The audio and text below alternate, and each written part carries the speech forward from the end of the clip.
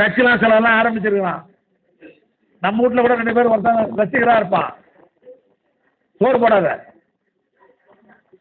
திமுக அதுக்கு ரசிகராயிரு, ஆனால் கட்சியில் இருக்கணும்னு சொல்லு. அரசியல் கோயில் பேசி தானே ஆகணும். இவ்வளோ பெரிய செலவு பண்ணிட்டு அரசியல் பேசி போனா தப்பாயிடும்ல. இப்போ கூவத்தூரில் முதலமைச்சர்கள் ஓ பன்னீர்செல்வத்தை விலக்கிட்டு எடப்பாடி பழனிசாமி எடுத்து வந்தாங்க. அவங்க சசிகலா காலில் விழுந்து போனதெல்லாம் நீங்கள் டிவிலாம் பார்த்துருப்பீங்க. பார்த்தீங்களா இல்லையா? அப்படி அடடே இவர் தாண்டா பழனிசாமின்னு அப்பதான் தெரிஞ்சிடும். அதுக்கு முன்னே அவர் மூஞ்சி இல்லை அவர் பேர் இது மாதிரி ஒரு ஆள் நாட்டில் இருக்கான்னு யாருன்னா தெரியுமா? உங்களதான் கேட்குறேன். இன்னும் சவுண்டாக சொல்லுங்க. தெரியாது இல்லையா? இப்போ ஒரு 5-6 வருஷத்துக்கு முன்னே தான் அவங்க தலைவர் வந்தாங்க. அது மாதிரி நீங்கள் எல்லா தலைவரும் பாருங்க, திடீர்னு வந்த தலைவருங்க. நம்ம தலைவர் அப்படி இல்லை. 1 வருஷம் முசால இருந்தார். ரசிவ மாதிரி ஆள்லாத்துக்கு 1 வாரம் உள்ள போட்ட ஆள் அப்பா நம்மளுக்கு மாநில ஆண்டு அரசு ஓடிடுவான். நீ விமர்சனம் பண்றான். இன்னைக்கு இந்திய அதாவது எல்லா நாட்டில் எந்த கட்சி தலைவரும் அவன் தான் பேசுவான். அவர் வண்டி தான் யோகிய மாதிரி, மற்றவெல்லாம் அயோக்கிய மாதிரி. அவன் என்ன பேச ஒரு 20 டிவிங்க நீங்க என்ன பண்றீங்கன்னா அந்த டிவிக்காரங்க பண்றது தப்பு தான்.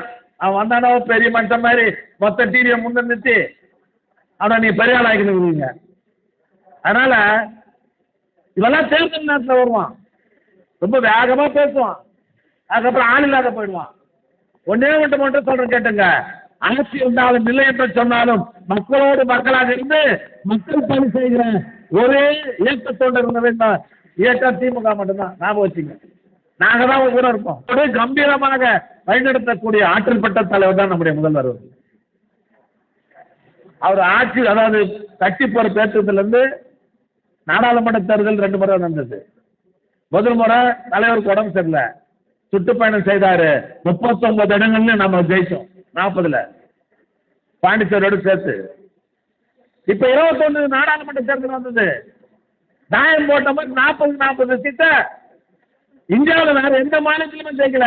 தமிழ்நாட்டில் மற்ற தலைவர்கள்லாம் பார்த்து வியக்கக்கூடிய அளவிற்கு 40 இடங்களையும் கைப்பற்றிய தலைவர் நம்ம தலைவர் இல்லையா?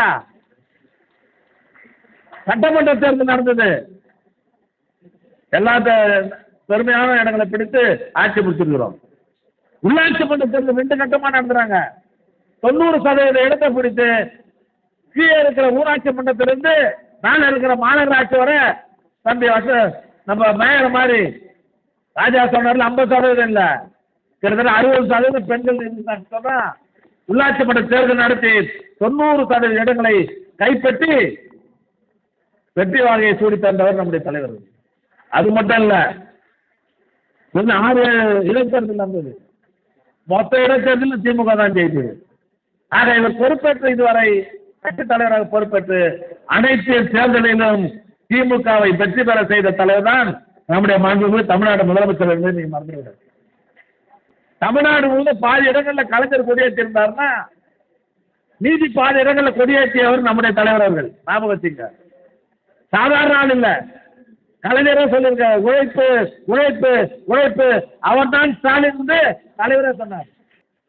எதுக்காக சொல்றேன் சொன்னா, இப்ப 2026 தேர்தல் வந்து போகுது. தலைவர் 200 தொகுதியில் ஜெயிக்கணும்னு நமக்கெல்லாம் உத்தரவிட்டிருக்கிறார். ஜெயிக்க போறோம். நேற்று கூட செங்கற்பட்டில் முந்தானத்து ஒரு நிகழ்ச்சி நடந்தது. பொதுமக்கள் மத்தியில் எவ்வளவு செல்வாக்கு இருக்குன்னு எங்களுக்கு முந்தானம் தான் தெரியுது.